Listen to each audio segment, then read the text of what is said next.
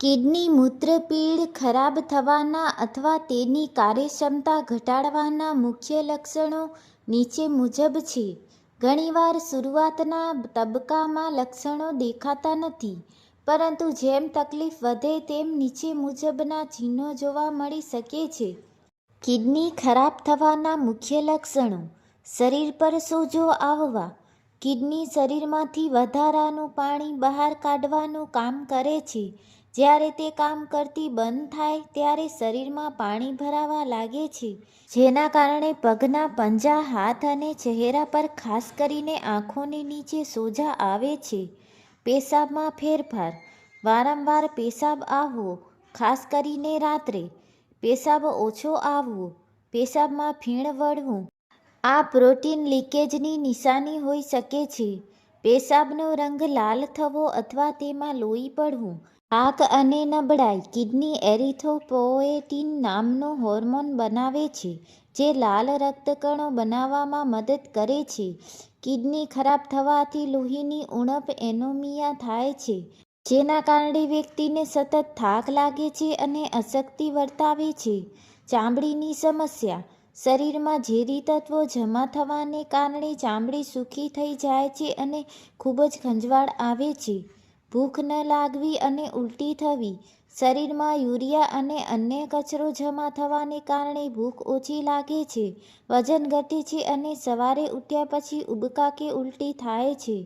શ્વાસ લેવામાં તકલીફ.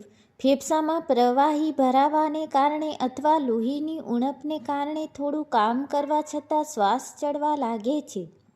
મોઢાનો સ્વાદ બગડવો. મોઢામાંથી દુર્ગંધ આવવી અથવા ખાવાનો સ્વાદ ધાતુ જેવો લાગવો. પીઠ કે પડખામાં દુખાવો. ઘણીવાર પીઠના નીચેના ભાગમાં કે પસલીઓની નીચે દુખાવો થઈ શકે છે. મહત્વની નોંધ: આ માહિતી માત્ર તમારી જાણકારી માટે છે.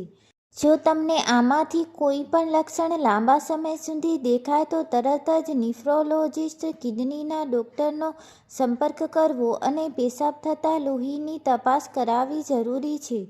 કિડની ખરાબ થવાના મુખ્ય કારણો: મોટાભાગે કિડની અચાનક ખરાબ નથી થતી, પણ નીચેની આદતો કે બીમારીઓ ધીમે ધીમે તેને નુકસાન પહોંચાડે છે. ડાયાબિટીસ. આ કિડની ફેલ થવાનું સૌથી મોટું કારણ છે. લોહીમાં સુગરનું પ્રમાણ વધવાથી કિડનીની નળીઓ અને ફિલ્ટરને નુકસાન થાય છે. High blood pressure. સતત વધારે રહેતું બ્લડ પ્રેશર કિડનીની લોહીની નસોને નબળી પાડી દે છે. પેઇનકિલર દવાઓ વધુ ઉપયોગ. ડૉક્ટરની સલાહ વગર લાંબા સમય સુધી દુખાવાની દવાઓ લેવાથી કિડની પર ગંભીર અસર થાય છે.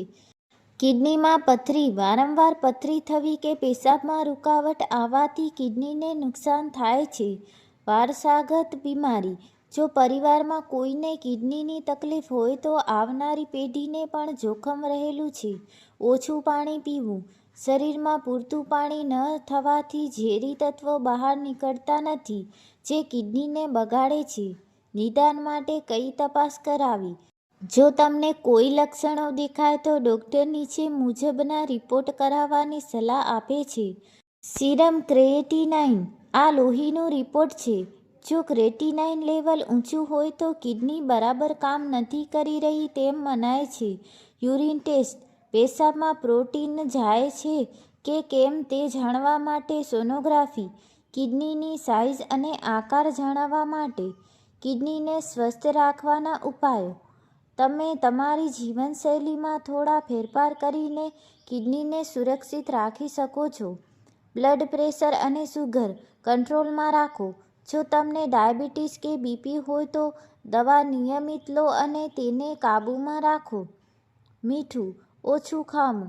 ખોરાકમાં મીઠાનું પ્રમાણ ઘટાડવું જોઈએ, કારણ કે વધુ મીઠું બીપી વધારે છે, જે કિડની માટે નુકસાનકારક છે. પૂરતું પાણી પીવું. દિવસમાં શરીરની જરૂરિયાત મુજબ પાણી પીવું જેથી કચરો પેશાબ વાટે બહાર નીકળી જાય. વજન કાબૂમાં રાખવું. મેદસ્વીતા કિડની પર દબાણ વધારે છે. ધૂમ્રપાન અને દારૂથી દૂર રહેવું. આ આદતો કિડનીમાં લોહીનો પ્રવાહ ધીમો પાડે છે. વગર ડૉક્ટરે દવા ન લેવી. માથાના દુખાવા કે સાંધાના દુખાવા માટે મેડિકલ સ્ટોર પરથી સીધી દવા લઈને ખાવાનું ટાળો. વિશેષ સલાહ: જો તમારી ઉંમર 40થી વધુ હોય અથવા તમને ડાયાબિટીસ બીપી હોય તો વર્ષમાં એકવાર અચૂક કિડનીનો રિપોર્ટ કરાવવો જોઈએ. કિડનીના દર્દીએ શું ખાવું અને શું ન ખાવું? જ્યારે કિડની નબળી પડે છે ત્યારે તે અમુક તત્વોને લોહીમાંથી બહાર કાઢી શકતી નથી. તેથી ખોરાકમાં નીચે મુજબ પરેજી પાળવી ખૂબ જરૂરી છે. શું ટાળવું જોઈએ? મીઠું. મીઠું બ્લડ પ્રેશર વધારે છે અને સોજા લાવે છે. પાપડ, અથાણાં, ફરસાણા અને બહારના પેકેજવાળા નાસ્તા બંધ કરવા. પોટેશિયમવાળી વસ્તુઓ. જો રિપોર્ટમાં પોટેશિયમ વધારે હોય તો કેળા, નાળિયેર પાણી, કેરી, બટાકા અને ટમેટાં ખાવાનું ટાળવું જોઈએ. નાળિયેર પાણી કિડનીના દર્દીઓ માટે જોખમી હોઈ શકે છે. વધુ પડતું પ્રોટીન. દૂધ, કઠોળ, પનીર અને નોનવેજનું પ્રમાણ ડૉક્ટરની સલાહ મુજબ મર્યાદિત કરવું, કારણ કે પચ્યા પછી તેનો કચરો કિડની પર ભાર વધારે છે. ફોસ્ફરસ, કોલ્ડ ડ્રિંક્સ અને પ્રિઝર્વેટિવવાળા ખોરાકથી દૂર રહેવું. શું ખાવું જોઈએ? તાજા શાકભાજી, દૂધી, પરવળ, ગલકા અને તુરિયા જેવા શાકભાજી ઉત્તમ છે. શાકભાજીને સુધાર્યા પછી ગરમ પાણીમાં 15-20 મિનિટ પલાળી રાખવું જેથી વધારાનું પોટેશિયમ નીકળી જાય, જેને કહેવાય છે. ફળો: સફરજન, પપૈયું, જામફળ અને નાશપાતી સીમિત માત્રામાં લઈ શકાય. પાણીનું પ્રમાણ. ડૉક્ટરની સલાહ મુજબ જ પાણી પીવું. જો સોજા હોય તો પાણી માપીને પીવું પડે. સામાન્ય રીતે 1 થી 1.5 લિટર. કિડની ફેલિયરના તબક્કા. કિડની ખરાબ થવી એ એકદમ થતી પ્રક્રિયા નથી. તેના 5 સ્ટેજ હોય છે. ઇજીએફઆર નામના રિપોર્ટ પરથી નક્કી થાય છે. સ્ટેજ 1 અને 2. કિડનીને સામાન્ય નુકસાન થયું હોય છે, પણ તે કામ બરાબર કરે છે અને જીવનશૈલી સુધારીને રોગને અટકાવી શકાય છે. સ્ટેજ 3. કિડનીનું કામ 50-60 જેટલું ઘટી ગયું હોય છે. અહીં લક્ષણો દેખાવાની શરૂઆત થાય છે. સ્ટેજ 4. ગંભીર નુકસાન. હવે દવાની સાથે સખત પરેજી જરૂર બને છે. સ્ટેજ 5. કિડની કામ કરતી બંધ થઈ જાય છે. 15% કરતાં ઓછું કામ. આ તબક્કે ડાયાલિસિસ અથવા કિડની ટ્રાન્સપ્લાન્ટની જરૂર પડે છે. સારવારના મુખ્ય વિકલ્પો. જ્યારે કિડની સ્ટેજ 5માં પહોંચે ત્યારે મુખ્ય 2 રસ્તા હોય છે.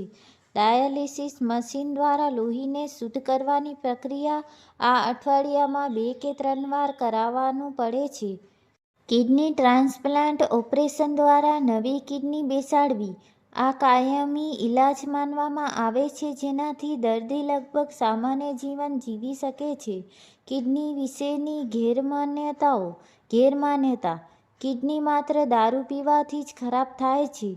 હકીકત: ના, ડાયાબિટીસ અને બ્લડ પ્રેશર કિડની બગાડવાના સૌથી મોટા કારણો છે, દારૂ નહીં. ગેરમાન્યતા: કિડનીની બીમારીમાં હંમેશા દુખાવો થાય છે. હકીકત: ના, આ એક સાયલન્ટ કિલર છે. મોટાભાગના કેસમાં છેલ્લે સુધી કોઈ દુખાવો થતો નથી. ગેરમાન્યતા: વધુ પાણી પીવાથી કિડની સાફ થઈ જાય છે. હકીકત: જો કિડની ખરાબ થઈ ગઈ હોય તો વધુ પાણી પીવાથી સોજા આવે અને ફેફસામાં પાણી ભરાઈ શકે છે.